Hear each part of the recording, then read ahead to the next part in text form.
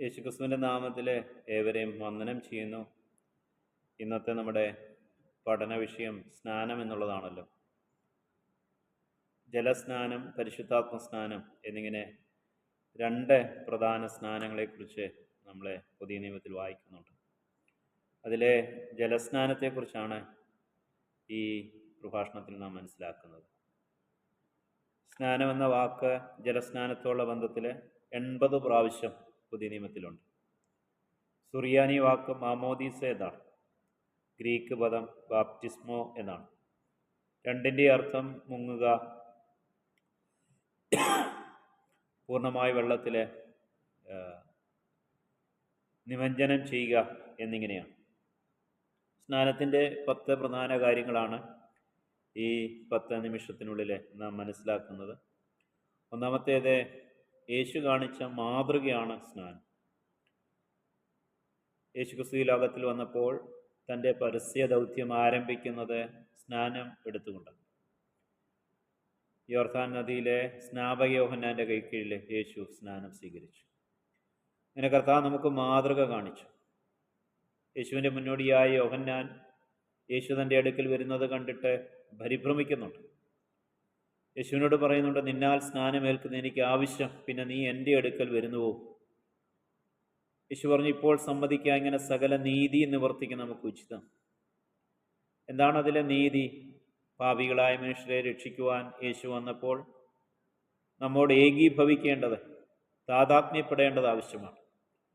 അതുകൊണ്ട് പാപമില്ലാതിരുന്നിട്ടും പാപമില്ലാത്ത ദൈവപുത്രൻ, പരിശുദ്ധനായ ദൈവപുത്രൻ സ്നാനം സ്വീകരിച്ച് നമുക്ക് മാതൃക കാണിച്ചു. പാപമില്ലാത്ത ദൈവപുത്രനായ ക്രിസ്തുവിന് ഇതാവശ്യമായിരുന്നെങ്കിൽ തന്നിൽ വിശ്വസിക്കുന്നവർക്ക് എത്രയധികമായി ഇത് ആവശ്യമാണ്. മാതൃക യേശു കാണിച്ചു. നദിയിൽ വെള്ളമുള്ളടുത്ത് ഒരു സ്നാപകൻ്റെ കൈക്കീഴിൽ പരസ്യമായി യേശു സ്നാനമേറ്റു. അത് നമുക്ക് മാതൃകയാണ്. അവിടുന്ന് വെള്ളത്തിൽ നിന്ന് പൊങ്ങി ഉടനെ എന്ന് നാം വായിക്കുന്നുണ്ട്. അതിൻ്റെ അർത്ഥം വെള്ളത്തിലേക്ക് കർത്താവ് മുങ്ങിയാണ് സ്നാനമേറ്റു. മാതൃക. യേശുവിൻ്റെ സ്നാനം നമുക്കൊരു മാതൃകയാണ്. സകല നീതി നിവർത്തിക്കുവാൻ യേശു സ്നാനമേറ്റു. രണ്ടാമത്തെ പ്രധാന കാര്യം, യേശുവിൻ്റെ കൽപ്പനയാണ് സ്നാനം. യേശു മാതൃക കാണിച്ചെന്ന് മാത്രമല്ല, യേശു കൽപ്പിച്ചു. സ്നാനപ്പെടുത്തുവാൻ കൽപ്പിച്ചു, സ്നാനം സ്വീകരിക്കുവാൻ കൽപ്പിച്ചു. ശിഷ്യന്മാരോട് കൽപ്പിച്ചത്, പോയി സുവിശേഷം പ്രസംഗിക്കുക, വിശ്വസിക്കുന്നവരെ സ്നാനപ്പെടുത്തുക. ദൈവദാസന്മാരോടും കർത്താവിൻ്റെ ശിഷ്യന്മാരോടും സുവിശേഷകന്മാരോടുമുള്ള കർത്താവിൻ്റെ കൽപ്പന വിശ്വസിക്കുന്നവരെ സ്നാനപ്പെടുത്തുക എന്നുള്ളതാണ്. സഭയോടുള്ള കർത്താവിൻ്റെ കൽപ്പന വിശ്വസിക്കുന്നവർക്ക് സ്നാനം നൽകുക എന്നുള്ളതാണ്. വിശ്വസിക്കുന്നവരോടുള്ള യേശുവിൻ്റെ കൽപ്പന സ്നാനം സ്വീകരിക്കുക. യേശുവിൻ്റെ കൽപ്പനയാണ് സ്നാനം. കർത്താവ് തൻ്റെ മഹാനിയോഗത്തിൽ സ്നാനത്തെ ഉൾക്കൊള്ളിരിക്കും. മത്തായി 28:18 തൊട്ട് 20 വരെയുള്ള വാക്യങ്ങളിലും മർക്കോസ് 16:15-16 വാക്യങ്ങളിലും നാം ഇത് ആവർത്തിച്ച് കാണും. യേശുവിൻ്റെ മഹത്തായ കൽപ്പനയുടെ ഭാഗമായി സ്നാനത്തെ കർത്താവ് ഉൾപ്പെടുത്തിയിരിക്കുക. അതും അതിൻ്റെ പ്രാധാന്യത്തെ വിളിച്ചറിയിക്കുക. അപ്പോൾ എന്തുകൊണ്ട് സ്നാനപ്പെടണം എന്നുള്ളതിന് അടിസ്ഥാനപരമായ 2 ഉത്തരം നൽകാം. യേശു കാണിച്ച മാതൃകയാണ്, കർത്താവിൻ്റെ കൽപ്പനയാണ് സ്നാനം. എന്തിനാണ് സ്നാനം? റോമർ 6:3 മുതലുള്ള വാക്യങ്ങളിൽ പൗലോസ് അത് വിശദീകരിക്കുന്നുണ്ട്. യേശുക്രിസ്തുവിൻ്റെ മരണത്തോടും അടക്കത്തോടും പുനരുത്ഥാനത്തോടും ഏകീഭവിക്കുവാനാണ് സ്നാനം. നമുക്ക് പകരമായി ക്രിസ്തു ക്രൂശിൽ യാഗമായി മരിച്ചു. അവിടുന്ന് അടക്കപ്പെട്ടു. അവിടുന്ന് 3-ാം ദിവസം ഉയർത്തെഴുന്നേറ്റു. നാം മരിക്കേണ്ടുന്ന സ്ഥാനത്ത് ക്രിസ്തു മരിച്ചു. ക്രിസ്തു അടക്കപ്പെട്ടു. ക്രിസ്തു ഉയർത്തെഴുന്നേറ്റു. നാം അത് വിശ്വസിക്കുന്നെങ്കിൽ നമുക്ക് ആ ശ്രേഷ്ഠകരമായ കർമ്മത്തോട് ഏകീഭവിക്കുവാൻ കഴിയും. എങ്ങനെ? സ്നാനത്തിൽ കൂടെ. നാം സ്നാനത്തിൽ ക്രിസ്തുവിനോടുകൂടെ മരിച്ച്, ക്രിസ്തുവിനോടുകൂടെ അടക്കപ്പെട്ട്, ക്രിസ്തുവിനോടുകൂടെ ഉയർത്തെഴുന്നേൽക്കുന്നതിന് തുല്യമായി തീരുകയാണ്, താതാത്മ്യപ്പെടുകയാണ്. യേശു നമ്മുടെ പാപങ്ങൾക്ക് വേണ്ടിയിട്ടാണ് ക്രൂശിൽ മരിച്ചടക്കപ്പെട്ടത്, ഉയർത്തെഴുന്നേറ്റത് എന്ന് വിശ്വസിക്കുന്നെങ്കിൽ നാം ആ വലിയ കാര്യത്തോട്, മഹത്തായ കാര്യത്തോട് സ്നാനത്തിൽ കൂടെ ഏകീഭവിക്കണം. യേശുവിൻ്റെ മരണം, അടക്കം, പുനരുത്ഥാനം. നാലാമത്തെ കാര്യം, യേശുവിനോട് ചേരുവാനാണ് സ്നാനം. ആവർത്തിച്ച് പുതിയ നിയമത്തിൽ ഇത് കാണും. കർത്താവിനോട് ചേരുവാൻ. സ്നാനത്തിൽ കൂടെ നാം സംഘടനകളോടല്ല ചേരുന്നത്, കർത്താവിനോടാണ് ചേരുന്നത്. അപ്പോസ്തലപ്രവൃത്തി 2-ാം അധ്യായത്തിലെ വാക്യം കൂടെ എടുത്തു പറഞ്ഞാൽ, കർത്താവിൻ്റെ തിരുശരീരമായിരിക്കുന്ന സഭയോട് ചേരുക. 3000 പേർ സ്നാനമേറ്റ് അവരോട് ചേർന്നു. യേശുക്രിസ്തുവിനോട് ചേരുവാനും യേശുവിൻ്റെ ആത്മീയ ശരീരമായിരിക്കുന്ന സഭയോട് ചേരുവാനുമാണ് സ്നാനം. 5-ാമത്തെ കാര്യം, യേശുവിനെ ധരിക്കുവാനാണ് സ്നാനം. നമ്മുടെ നഗ്നത മാറുവാൻ നാം വസ്ത്രം ധരിക്കുന്നു. അങ്ങനെ നാം മാന്യതയുള്ളവരാകും. ഇതുപോലെ നമ്മുടെ ആത്മീയ നഗ്നത, പാപനിമിത്തം തേജസ് നഷ്ടപ്പെട്ട നമുക്ക് കർത്താവിനെ ധരിക്കണം. സ്നാനത്തിൽ കൂടെ ക്രിസ്തുവിനെ നാം ധരിക്കുകയാണ്, ആത്മീയ വസ്ത്രം ഉടുക്കുകയാണ്. യേശുക്രിസ്തുവിൽ കൂടെ നീതീകരണം പ്രാപിച്ച ദൈവത്തിൻ്റെ മക്കൾ സ്നാനത്തിൽ കൂടെ അവർ കർത്താവിനെ ധരിക്കണം. എപ്പോഴാണ് സ്നാനം? ഇന്ന പ്രായത്തിലാണ് സ്നാനം എടുക്കേണ്ടത് എന്ന് ബൈബിൾ പഠിപ്പിക്കുന്നില്ല. എന്നാൽ മറ്റൊരു കാര്യം വ്യക്തമായി പഠിപ്പിക്കുന്നു: വിശ്വസിച്ചതിന് ശേഷമായിരിക്കണം സ്നാനം. യേശുക്രിസ്തു ഈ ഭൂമിയിലേക്ക് നമ്മുടെ രക്ഷയ്ക്ക് വേണ്ടി ഇറങ്ങി വന്ന സാക്ഷാൽ ദൈവപുത്രനാണ്. അവിടുന്ന് വേഷത്തിൽ മനുഷ്യനായി ഈ ഭൂമിയിൽ പാപം കൂടാതെ ജനിച്ച് പാപമില്ലാതെ ജീവിച്ച് പുതിയ നിയമത്തിൻ്റെ അതിശ്രേഷ്ഠ വചനങ്ങൾ നൽകിത്തന്ന് നമ്മുടെ പാപപരിഹാരത്തിനു വേണ്ടി ക്രൂശിൽ മരിച്ചു, അടക്കപ്പെട്ടു, ഉയർത്തെഴുന്നേറ്റു, സ്വർഗാരോഹണം ചെയ്തു, ഇനി മടങ്ങി വരും. ഈ കാര്യങ്ങൾ വിശ്വസിക്കുന്നവർക്കുള്ളതാണ് സ്നാനം. ഈ കാര്യം ഒരാൾ ആത്മാർത്ഥമായി വിശ്വസിച്ച് കഴിയുമ്പോൾ യേശു തൻ്റെ രക്തത്താൽ ആ വ്യക്തിയുടെ പാപങ്ങൾ കഴുകുകയാണ്, മോചിക്കുകയാണ്. അങ്ങനെ പാപങ്ങൾ കഴുകപ്പെട്ട, മോചിക്കപ്പെട്ട ഒരാൾക്കാണ് സ്നാനം, വിശ്വസിക്കുന്നവർക്ക്. അതുകൊണ്ട് അത്രേ കർത്താവ് പറഞ്ഞ്, വിശ്വസിക്കുകയും സ്നാനമേൽക്കുകയും ചെയ്യുന്നവൻ രക്ഷിക്കപ്പെടും. ക്രിസ്തുവിലുള്ള വിശ്വാസം വന്ന ശേഷം അതിനോടുകൂടെ ആ വിശ്വാസത്തിൻ്റെ തെളിവായി സ്നാനമേൽക്കുമ്പോൾ രക്ഷയുടെ പൂർണ്ണതയിലേക്ക് പ്രവേശിക്കുകയാണ്.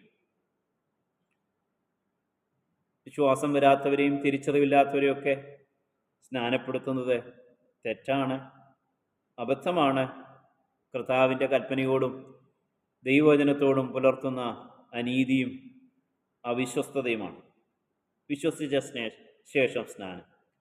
7-ാമത്തെ കാര്യം, സ്നാനത്തിൻ്റെ അടിസ്ഥാനപരമായ ഫോമുലയാണ്. പിതാവിൻ്റെയും പുത്രൻ്റെയും പരിശുദ്ധാത്മാവിൻ്റെ നാമത്തിൽ സ്നാനപ്പെടുത്തുവാൻ കർത്താവ് കൽപ്പിച്ചു.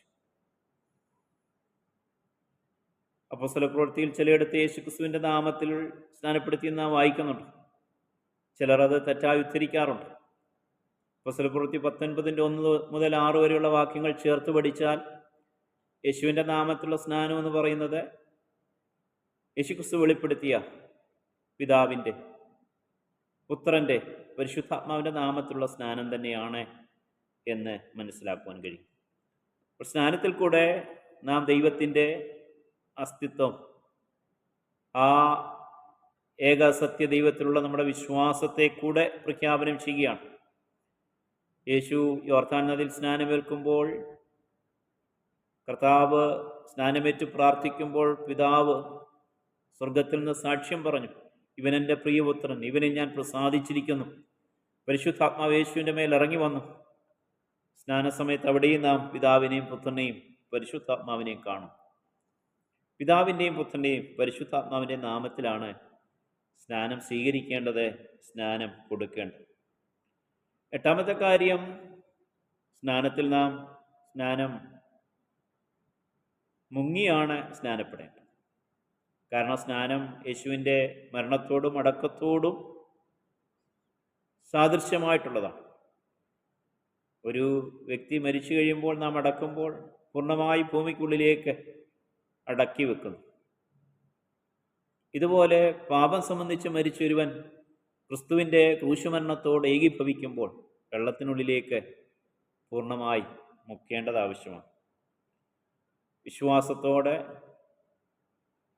അത് ചെയ്യുമ്പോൾ കർത്താവ് അത് നീതിയായി കണക്കിടുകയാണ്. 9ാമത്തെ കാര്യം, സ്നാനം ഒരു കാർമ്മിക ശുശ്രൂഷയാണ്. എന്താണ് കാർമ്മിക ശുശ്രൂഷ അഥവാ കൂദാശ? യേശു ചെയ്ത് കാണിച്ചതും ചെയ്യുവാൻ കൽപ്പിച്ചതും പദാർത്ഥം ആവശ്യമുള്ളതുമായ ശുശ്രൂഷകളെയാണ് സാക്രമെൻറ്റ്സ് അല്ലെങ്കിൽ കൂദാശകൾ, കാർമ്മിക ശുശ്രൂഷകൾ എന്ന് പറയും. അങ്ങനെ 2 കാര്യങ്ങളിലാണ് പദാർത്ഥം ആവശ്യമുള്ളത്. 1 സ്നാനം, 2 കർത്തൃമേശ. സ്നാനത്തിൽ ജലം എന്ന പദാർത്ഥം, കർത്തൃമേശയിൽ അപ്പവും വീഞ്ഞും. ഇത് രണ്ടും യേശു ചെയ്ത് കാണിച്ചതും ചെയ്യുവാൻ കൽപ്പിച്ചതുമാണ്. 2ലും പദാർത്ഥങ്ങളും ആവശ്യമുണ്ട്. അതുകൊണ്ട് സ്നാനത്തെയും കർത്തൃമേശയും കൂദാശകൾ അല്ലെങ്കിൽ കാർമ്മിക ശുശ്രൂഷകൾ എന്ന് വിശേഷിപ്പിക്കുന്നു. സഭയ്ക്ക് 2 കാർമ്മിക ശുശ്രൂഷകളാണ് കർത്താവ് നൽകിയത്. അതിലാദ്യത്തേത് സ്നാനമാണ്. അദൃശ്യമായ ദൈവത്തിൻ്റെ കൃപയും ജീവനും ശക്തിയും വ്യാപരിക്കുന്ന ദൃശ്യമായ ശുശ്രൂഷകളാണ് കാർമ്മിക ശുശ്രൂഷകൾ. കർത്താവ് കൽപ്പിച്ച ഈ കാർമ്മിക ശുശ്രൂഷകൾ വിശ്വാസത്തോടെ അനുഷ്ഠിക്കുമ്പോൾ അദൃശ്യമായ ദൈവികമായ ശക്തിയും ജീവനും അത് സ്വീകരിക്കുന്നവരിലേക്ക് വ്യാപരിക്കും. അതുകൊണ്ട് തിരുസഭയ്ക്ക് നൽകിയ 2 ആത്മീയ കാർമ്മിക ശുശ്രൂഷകൾ നാം വിശ്വാസത്തോടും ഒരുക്കത്തോടും ചെയ്യേണ്ടത് ആവശ്യമാണ്. 10ാമത്തെ കാര്യം, സ്നാനമേറ്റ ഒരു വ്യക്തി തുടർന്ന് എങ്ങനെയാണ് ജീവിക്കേണ്ടത്? യേശുക്രിസ്തുവിൽ വിശ്വസിച്ച് പാപമോചനം പ്രാപിച്ചു, സ്നാനമേറ്റു. തുടർന്ന് എന്താണ് ജീവിതത്തിൽ ആവശ്യം? പരിശുദ്ധാത്മാവിൻ്റെ നടത്തിപ്പിൽ ജീവിക്കണം. സഭയ്ക്ക്, ശിഷ്യന്മാർക്ക്, വിശ്വാസികൾക്ക് കർത്താവ് അയച്ചു തന്നിരിക്കുന്ന പരിശുദ്ധാത്മാവിൻ്റെ നടത്തിപ്പ്, ആ നടത്തിപ്പിൽ ജീവിക്കണം. അപ്പോസ്തോലിക ഉപദേശങ്ങൾ പഠിച്ച് ജീവിക്കണം. 8 അപ്പോസ്തലന്മാരിൽ കൂടെ ദൈവം എഴുതിപ്പിച്ച് സഭയ്ക്ക് നൽകിയ പുതിയ നിയമം, അതത്രേ അപ്പോസ്തോലിക ഉപദേശം. മത്തായി, മർക്കോസ്, ലൂക്കോസ്, യോഹന്നാൻ, പൗലോസ്, പത്രോസ്, യാക്കോബ്, യൂദ, ഈ അപ്പോസ്തലന്മാരിൽ കൂടെ, ആദിമ നൂറ്റാണ്ടിലെ അപ്പോസ്തലന്മാരിൽ കൂടെ, കർത്താവിൻ്റെ ശിഷ്യന്മാരിൽ കൂടെ കർത്താവ് എഴുതി നമുക്ക് പുതിയ നിയമസഭയ്ക്ക്, ലോകമെങ്ങുമുള്ള ദൈവമക്കൾക്ക് നൽകിയിരിക്കുന്ന പുതിയ നിയമത്തിൻ്റെ ഉപദേശങ്ങൾ വായിച്ചും മനസ്സിലാക്കിയും പഠിച്ചും നാം മുന്നേറും. ഇതാണ് സ്നാനപ്പെട്ട വ്യക്തി ചെയ്യേണ്ട അടുത്ത കാര്യം. 3ാമത്തെ കാര്യം, കർത്തൃമേശയിൽ പങ്കാളികളായിത്തീരണം. ശരിയായ സ്നാനം, വിശ്വാസ സ്നാനം ഒരിക്കലാണെങ്കിൽ കർത്തൃമേശ കർത്താവിൻ്റെ വരവോളമുള്ളതാണ്. അത് അനുഷ്ഠിക്കുക. കൂട്ടായ്മ ആചരിക്കണം. സഭയോട് ചേർന്ന് കൂട്ടായ്മയിൽ പങ്കാളിയാകണം. സഭായോഗത്തെ ഉപേക്ഷിക്കരുത്. സഭയുടെ യോഗത്തിൽ പങ്കാളിയായിത്തീരണം. പ്രാർത്ഥന ചെയ്യണം. അങ്ങനെ അടിസ്ഥാനപരമായ ഉപദേശങ്ങളിൽ നിലനിന്ന് ക്രിസ്തുവിൽ വളരുവാനാണ് കർത്താവ് തൻ്റെ ജനത്തെക്കുറിച്ച് ആഗ്രഹിക്കുന്നത്. അതുകൊണ്ട് കർത്താവ് കൽപ്പിച്ച ഈ മഹത്തായ ആത്മീയ കാർമ്മിക ശുശ്രൂഷ, സ്നാനപ്പെടുത്തേണം, വിശ്വസിക്കുന്നവരെ സ്നാനപ്പെടുത്തേണം എന്നുള്ള കൽപ്പന, അതനുസരിക്കുവാൻ കർത്തൃദാസന്മാർക്ക്, അഭിഷക്തന്മാർക്ക് ദൈവം കൃപ ചെയ്യട്ടെ. വിശ്വസിക്കുന്നവർ സ്നാനം ഏൽക്കണം എന്നുള്ള കൽപ്പന അനുസരിക്കുവാൻ യേശുവിനെ നിർമ്മലമായി സ്നേഹിക്കുന്ന ഏവർക്കും അവസരവും കൃപയുണ്ടാകട്ടെ എന്ന് പ്രാർത്ഥിച്ചുകൊണ്ട് പുതിയ മന്നയുടെ ഈ പ്രഭാഷണ വാക്കുകൾ ഇവിടെ നിർത്തുന്നു. ദൈവമേവരെയും സമർത്ഥമായി അനുഗ്രഹിക്കട്ടെ. ആമേൻ.